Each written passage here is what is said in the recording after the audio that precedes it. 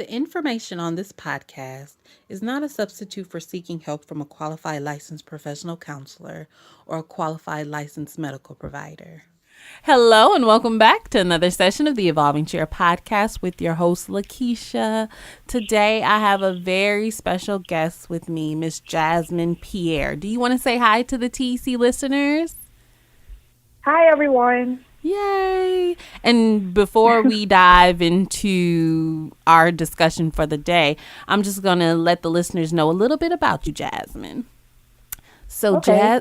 Jasmin is a certified peer support specialist, a mental health advocate, motivational speaker, author of the self-help book, A Fight Worth Finishing, and creator of the minority mental health app, The Safe Place. So first and foremost, I want to say thank you so much for coming and being a guest on the podcast. So I'm so grateful that you said yes.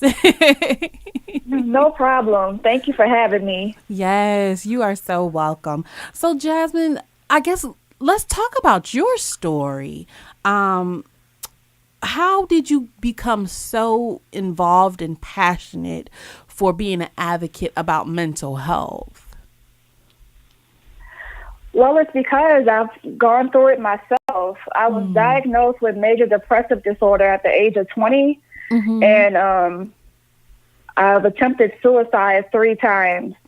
And the very last time was in 2014, and that's kind of when I got tired of things. I had been kind of living a secret for a long time. Like, not many people knew that I had major depressive disorder. I was embarrassed to speak about it, and it's such a big stigma in the Black community, so I just felt really ashamed about it.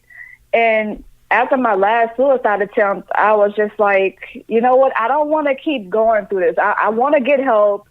I want to not feel ashamed about it. And within doing that, I was like, I don't want anybody else to feel ashamed either. I think that it's a very big stigma, not just in the Black community, but also in general. A lot of people just feel like mental illness is something that just makes somebody crazy, or some people just act like it doesn't even exist. So I was just like, I know more people feel like this besides me. So I'm like, within me getting help, I wanted others to feel like it's okay to go get help too, and you don't have to feel ashamed about this. Exactly. No, and I'm definitely grateful, for you even taking the initiative to be like, you know what? If I'm feeling like this, I'm sure it's others like that too that are feeling ashamed. And when we can't dismiss the narratives that we do see in the media, right? So whenever we talk about Right. mental health, it's more of the dramatized pieces of a mental illness that we see on TVs and movies and things like Yeah. that, so it doesn't really show like the whole picture of somebody who may be diagnosed with a mental illness. I completely agree. The media makes it look scary because Yes. when I came out about having major depressive disorder, a lot of people were like, I didn't even know you were even going through something like that. You just seem so normal. And I'm just like, well, Wow. I am a human being. I'm the same person, but I just have this diagnosis. It doesn't make me crazy. Right. Goodness. Now with somebody saying that, how did that make you feel? To be like, I thought you were normal. You like, what? Well, I mean, it made me realize just how big of a stigma it really is, because I mean, I've talked to people and they were like, well, I seen what they say on the news and, what I was taught. And then with me advocating and just spreading more knowledge about it, people have come to realize, well, these are just normal people who are going through a diagnosis just like anybody else. If you had, another kind of disease, cancer, or if you had a stroke, or it's the same as anything else, but it's just the fact that we have to make people realize that. Yeah, that's a good point. Now, Jasmine, when you were diagnosed, how later after being diagnosed did you share with your family? Because I know sometimes people are like, I didn't even want to tell my parents and, my siblings.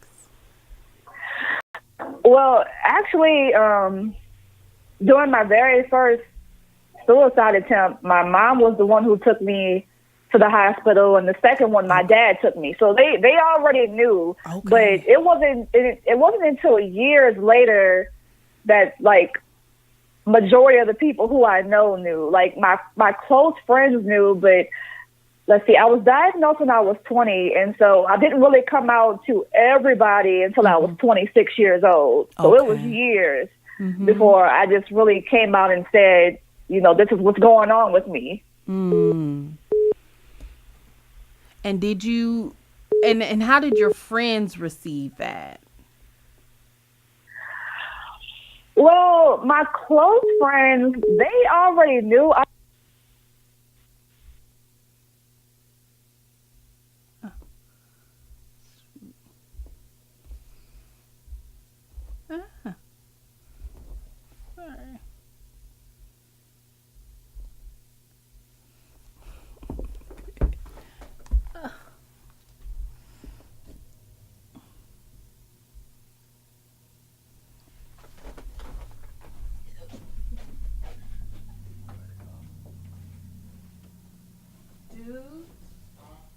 I tried to ignore a call, but I think Drea was calling, and I was like, "Oh shoot!" So tell her I'm sorry. I tried, but then it like clicked off Jasmine. Oh, it closed her out.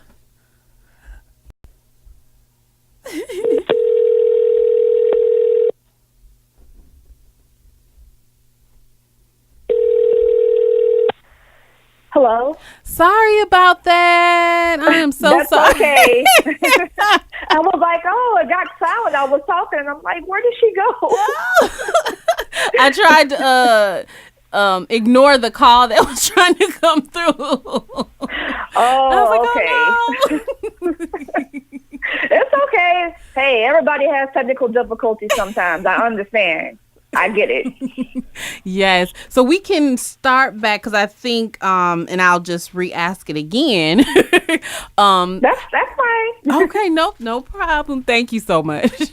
So No problem. how did your friends react to finding out about what you were going through? Did you actually openly come out and say like, hey guys, you know, I went to the doctor and, you know, this is what they're telling me? Or were there like signs along the way where they were kind of like, okay, well, we knew something was up? Well, I mean, I was acting differently, but I don't think they understood exactly what was going on. And they came to the hospital during my first suicide attempt. So they didn't understand, but they were there for me, which I felt was important. Because a lot of people, they don't have that. Like when you tell them about, you know, I have depression or I go through bipolar disorder or whatever it is, a lot of people just kind of leave you. Like they, you know, they have the stigma, well, this person is crazy. I don't want to deal with this person. But I was blessed to have people who were still in my life, and they might not have understood, but they wanted to understand what was going on. And of course I had people who, you know, throughout my life who didn't understand, but I just feel like those were the people who just weren't meant to be there. The people who care, the people who matter, they're still here. That's good. And just by you saying that, having that support system and those people in place made me think of, I'm not sure if you are like a YouTube watcher or anything, but Issa Rae's Giants series. I've watched it, yes. Okay, and I'm just trying to catch up on season 2 thus far, and the female lead character battles with major depressive disorder, and the episode that I was watching today, the brother-in-law, so her sister's husband, was like, you leave our daughter with her, like she's crazy, like, you know, that's putting our daughter's life in jeopardy and blah blah blah. And I was just like, oh my goodness. I was like, you know, that is probably how many people feel, right, when they share things with their family or close friends. Then you feel like this person isn't capable of doing anything because of this illness or this label, I'll even say, you know. Yeah, so that just made me think like that. Wow. And so you are an author of a self-help book, A Fight Worth Finishing. Can you talk to us about your book? Yeah. Well, I didn't even plan to write a book. The book started off as a journal. Like I was journaling my thoughts, and that was like around the time I had first started advocating. And like a friend told me, there's so much going on now. Won't you just start journaling about what's going on and how you're feeling? And I just felt like I had so much to say. And I was like, you know what? I think I should write a book. And so my book is basically about my experiences with depression and suicide, and, how I felt during that time, how embarrassed I felt, how how lonely I felt. And I wrote this book because I wanted people to understand that just because you're going through this, it doesn't make you any less of a human, and it's okay for you to come out and go get help. And I wrote it because I wanted to save people's lives, basically. Wow. I love that, though. And now, and if we can talk a little bit about even just like your process through this journey, were you on the bandwagon with like seeing a therapist, or were you kind of resistant to that? At first, I was like, no, because growing up, I was like, I mean, did you ever watch the show Girlfriends? Yes. That was one of my favorite shows growing up. And I remember there was this episode where Joan was talking about she wanted to go see a therapist because she was going through stuff. And like her girls were telling her, like, well, we're Black. We don't do that. We don't go see therapists. We go to church. We pray. And I mean, that was the stigma in the Black community. I mean, still now, that you're not supposed to go see a therapist. You're just supposed to pray it away. The thought of me going to see a therapist, I was like, I'm Black. We don't do that. I'm not supposed to do that. But I mean, I suffered for so long because I felt like I couldn't go do this. I wasn't supposed to talk to somebody about what I was going through. And not talking to somebody almost killed me. So finally I realized that, my life is important, and I don't care what anybody says. I need to talk to somebody. Yeah. So I got over that. And again, if we look at that media influence, right? Because it's right there, right? Because I love Girlfriends, and I'm thinking of other shows. Yeah, like, we're Black. We don't do that. Just pray it away. Right. You'll be okay. Yeah, right. And we don't know like how that is reinforcing those negative stereotypes that we already have about therapy and mental health and mental illnesses. Yes. So that's a very good point. Wow. That's something, though. Now I'm gonna have to go back and rewatch that episode and find it. Because I'm like, huh. Yes. Oh, man, that is something. And now you recently developed this app called The Safe Place. And the focus on the app was to bridge that gap about Black people in therapy and mental illnesses, mental health, all of this under one umbrella. Yeah. And so when did the app officially launch? It launched this February of 2018. Okay. How long were you working on this app prior to its launch? Well, I had the idea of the app for about over a year now, but I didn't really start working on it until like, I want to say late November of last year. Okay. Awesome. And what catapulted you, Jasmine, to be like, you know what? I need to create an app for our community around these topics. Well, first and foremost, because, I've lived the experience growing up as a Black woman. I know that this stigma is real. And I had an uncle who was in the Vietnam War. And when he came back, I mean, he dealt with post-traumatic stress disorder. And I just remember growing up, even as a little girl, I remember people in our family were just, the way they treated him. You can see the way somebody treats somebody. And it was just like, I wonder why people just, treat him the way they do. Why do they seem kind of fearful of him? And I just remember growing up thinking, my uncle was crazy. I didn't know that he had post-traumatic stress disorder until later on in life. And then, of course, dealing with, my illness, it made me realize what was going on. And I'm like, wow, I just really wanted the Black community to realize that this has been going on for a long time, the stigma that we don't go through mental health issues, or we know that somebody in our family or us is going through it, but we feel like that we have to hide it and there's something to be ashamed of, and that we only can just pray this away. And I'm like, this has to stop, because the suicide rates in this country are very high and they are rising. And I just feel like this is something that needed to be done. We need to address it. We need to learn more about it. We need to know that it's okay to go and talk to somebody about it. So I felt like this needed to be done. And I talk about mental health a lot, but I'm like, I just can't talk about it. I have to be about it. I love that piece. Right. We can't just talk about how important it is, but actually make those call to action and create those things for people to want to take the initiative to do these things. And I think even for me as a therapist, I am definitely moving in that direction where it's like, you know what? I can't just talk about how important it is to come see me.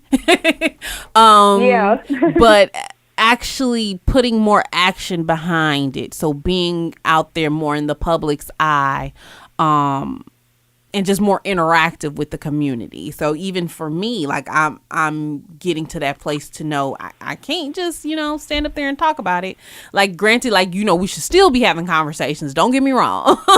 Right. But, just finding other avenues to engage people to follow through, I guess, per se, is it really comes down to that is for them just to follow through for it.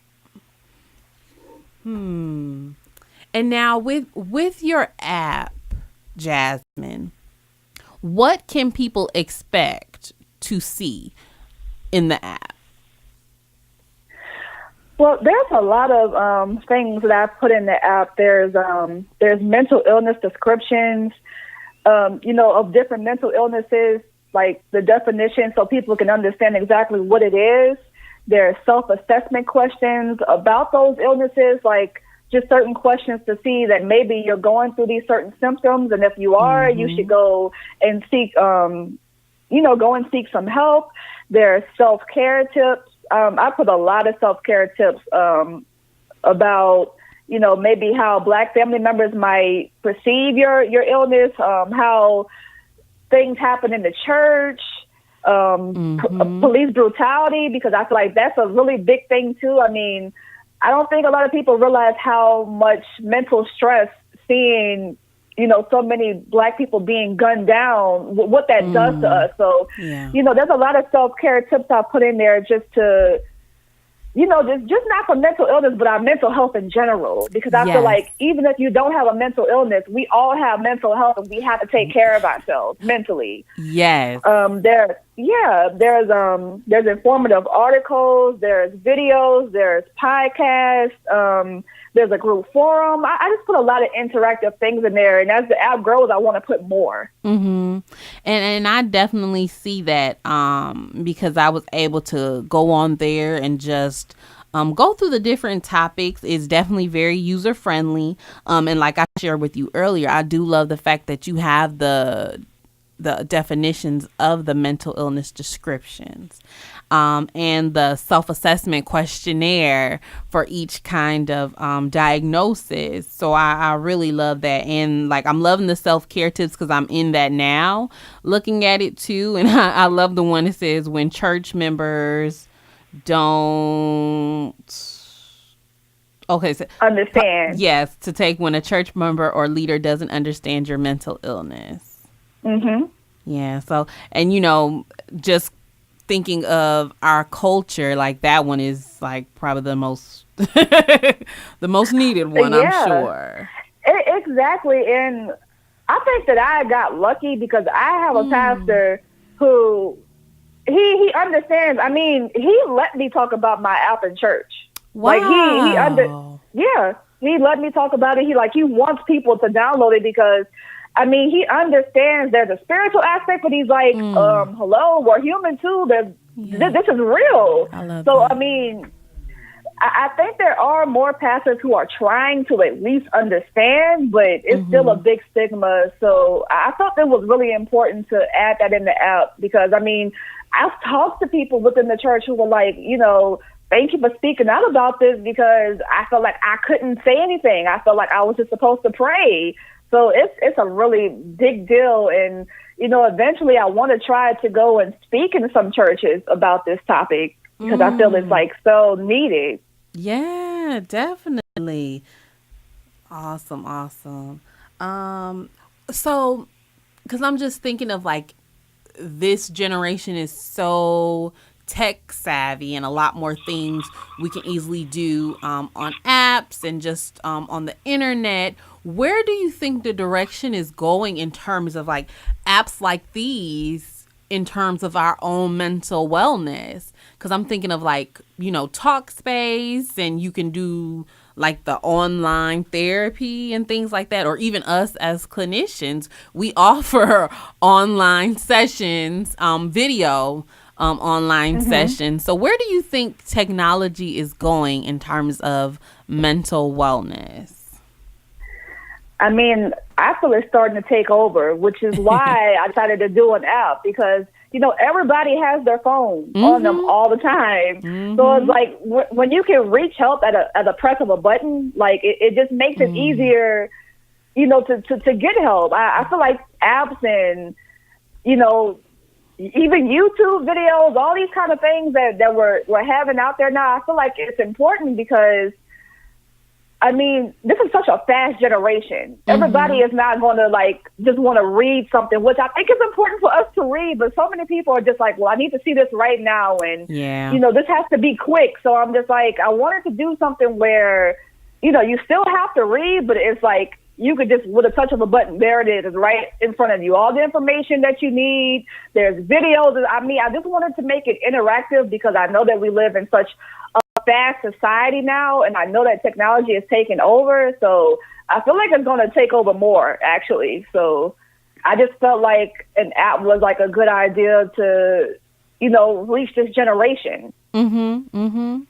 No, I definitely agree. I was like, yep, apps are the way to go to reach us. Like you said, we always got our phones in our hands and we have it right there. And we're like, nope, I need it right now. So, yeah. So I always think about, technology and mental wellness and those individuals where it might not be, I don't want to say a good thing, but I think you just probably have to be cautious, right? And that's with anything, because I always think of those individuals that may have like severe anxiety or severe depression, and if they're solely relying on the app and nothing else, I have those concerns.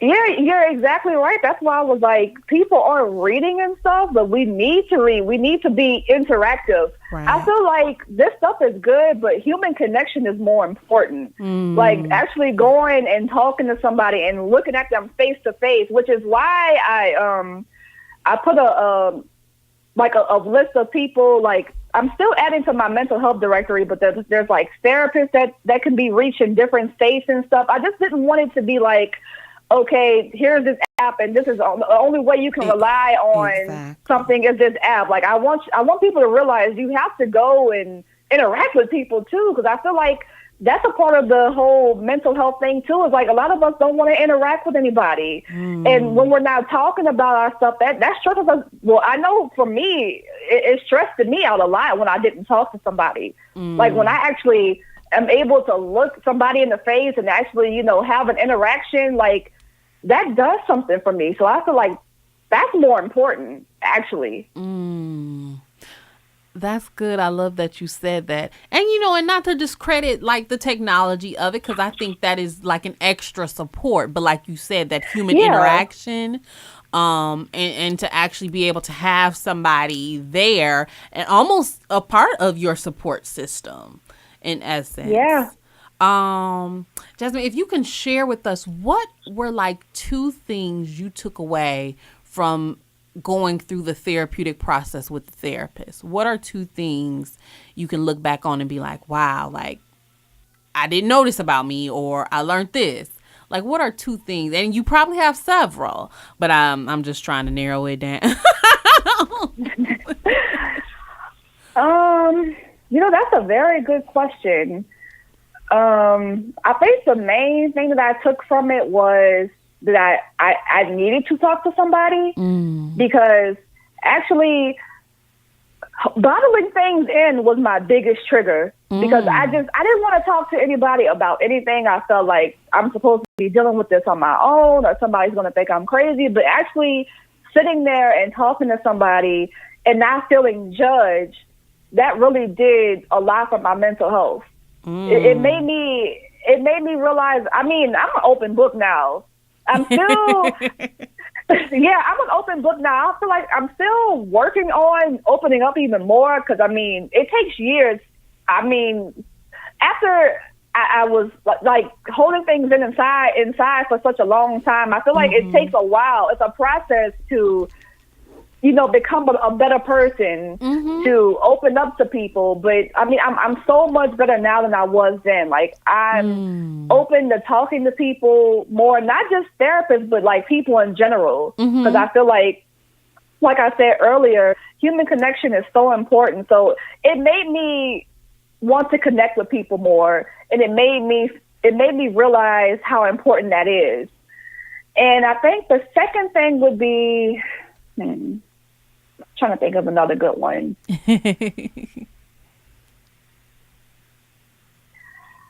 I guess it made me realize that I'm not crazy. And that was a big thing for me, because I dealt with that for a long time, thinking, that I'm crazy, or why do I have to go through this? And it just made me realize that I'm still me. I'm still Jasmine, but I'm just going through something, and that's okay.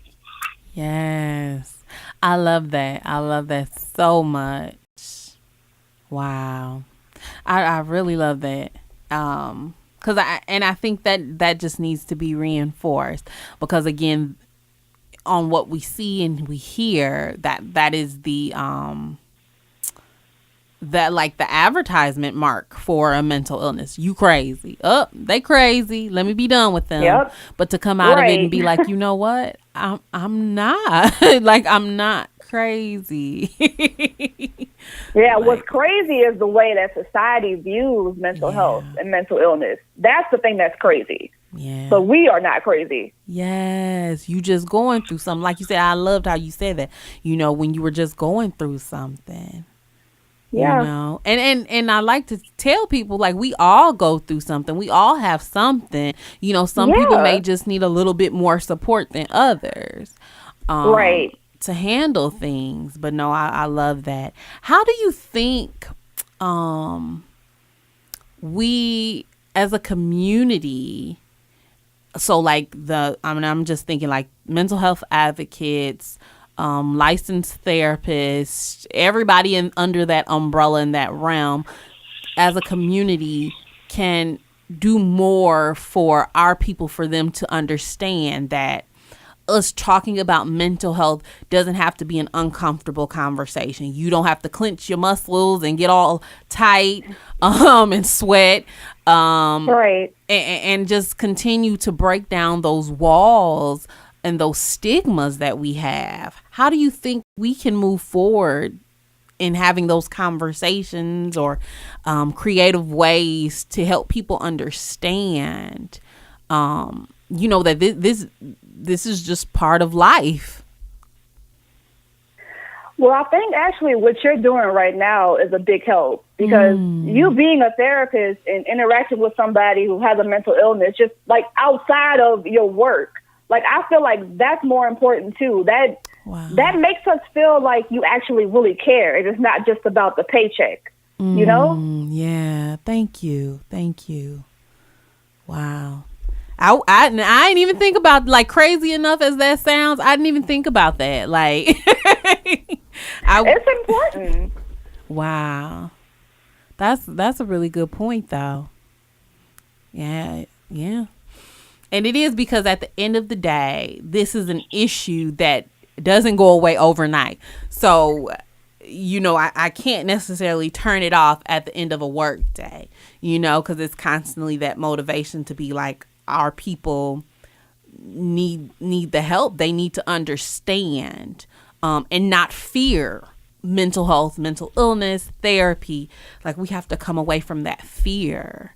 Right. Yeah. So I love that. So the continued conversations with individuals that may have a diagnosis, right, that I'm not necessarily servicing.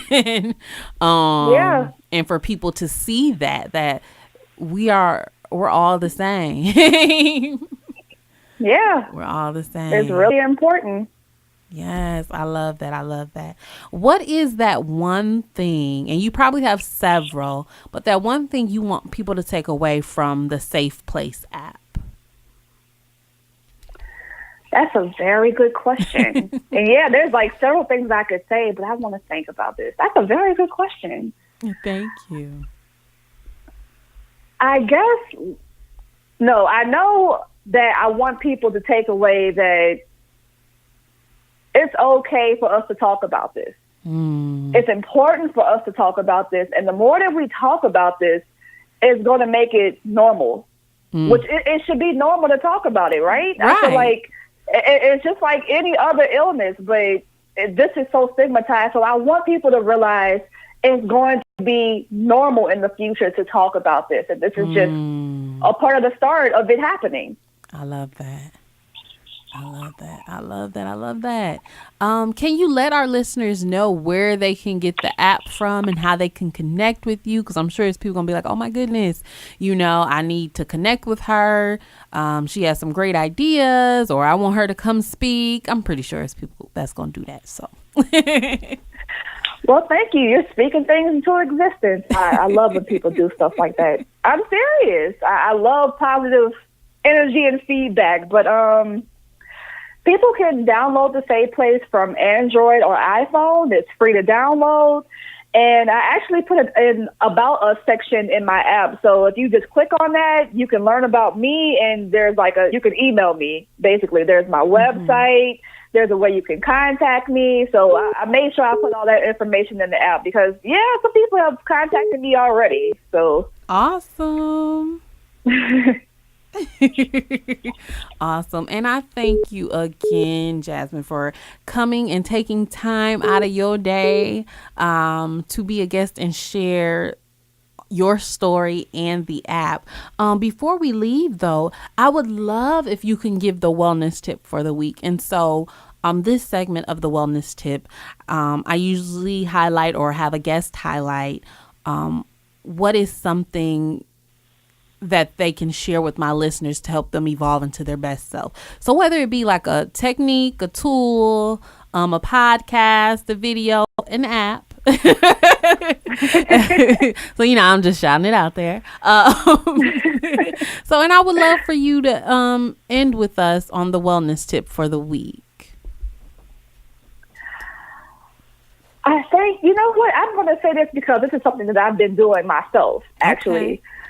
My wellness tip for the week would be let go. Ooh. Let go of the things that don't serve you any purpose. Let go of the fear that people might say something about you that you don't like. I mean, and I relate this mostly to mental health and mental illness. Let go of the fear that somebody is going to say something about you, because those people don't matter, but your health matters. Your life matters. Let go of those things. And don't be afraid to live the best life possible that you can live. I love that. Thank you. Thank you so much. And so what we will do is we'll use #LetGo for the wellness tip for that week.